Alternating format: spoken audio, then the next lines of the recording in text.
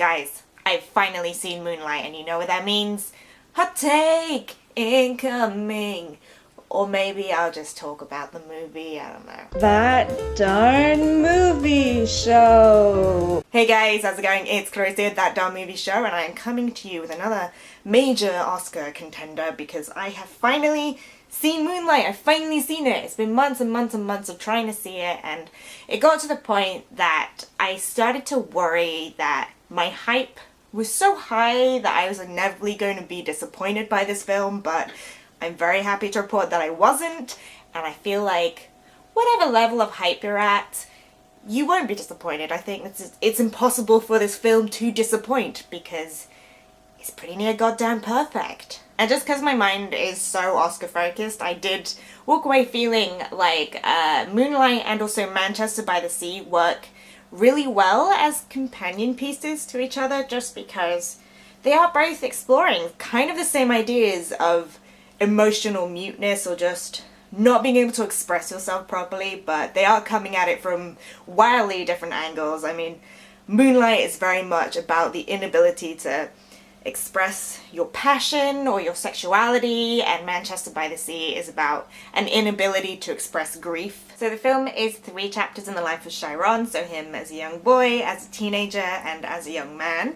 And it explores all the key figures and influences and moments that kind of shape his concept of sexuality and his concept of himself as a gay man. And it explores the idea that because he's so speechless, and they always joke in the film that he can never say more than 3 words at once, the idea that those key moments are largely speechless and it's more about actions or even a glance between 2 people or just sharing kind of the same space as that person. But what's so different about Manchester by the Sea and Moonlight is how these films are directed, because Kenneth Lonergan takes a very straightforward, unobtrusive approach with Manchester. It's very much the kind of bleak, realist perspective on the issue, but what I really loved about Moonlight is that Barry Jenkins makes it such a poetic, lyrical piece. He understands that Chiron may not be able to express his feelings personally, so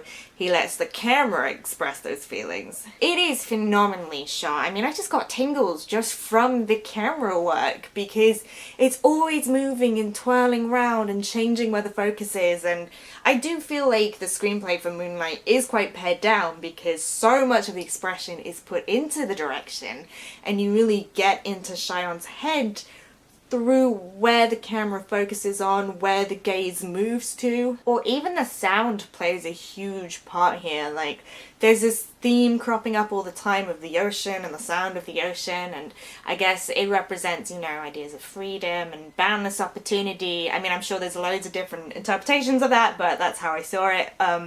Or I really thought it was clever how Jenkins will cut out the sound at certain moments, and they're all moments of extreme violence, either when his mother is yelling at him or when he's getting beaten up, so you really get this sense that he's so traumatized that he's trying to block it all out. Now, I do have a feeling that somebody in the comments is going to ask me whether I feel like Moonlight deserves to win over La La Land at the Oscars, and honestly, I don't know if I have a very good answer for that, because I just think that we've been very lucky this year to be gifted with so many really great films. It's such a strong selection between Moonlight and La La Land, and I'd say even Manchester by the Sea, and probably some of the films I have not seen yet, like Arrival. I just think any of those films could be a Best Picture winner in their own right, and I think that's very cool. I really like when that happens. And I'll go into more details on that in my Oscar predictions video, but I guess in terms of personal attachment, I'm a little more attached to La La Land just because screen musicals was just they were such a huge part of my childhood, and I have always loved them, and to see an original screen musical not only be made but be successful in my lifetime is kind of a dream come true. But still, having said that, Moonlight is absolutely phenomenal. It is an incredible movie, and I just go see it. If you haven't seen it already, like absolutely just go make the effort to see it, and I promise you, you will not be disappointed. But if you've had a chance to see Moonlight, I would love to know what you guys thought. You can let me know down in the comments below, or you can hit me up on Twitter, details down in that description box. Also, don't forget to like and subscribe so we can hang out and talk about movies. I'll see you guys soon. Bye!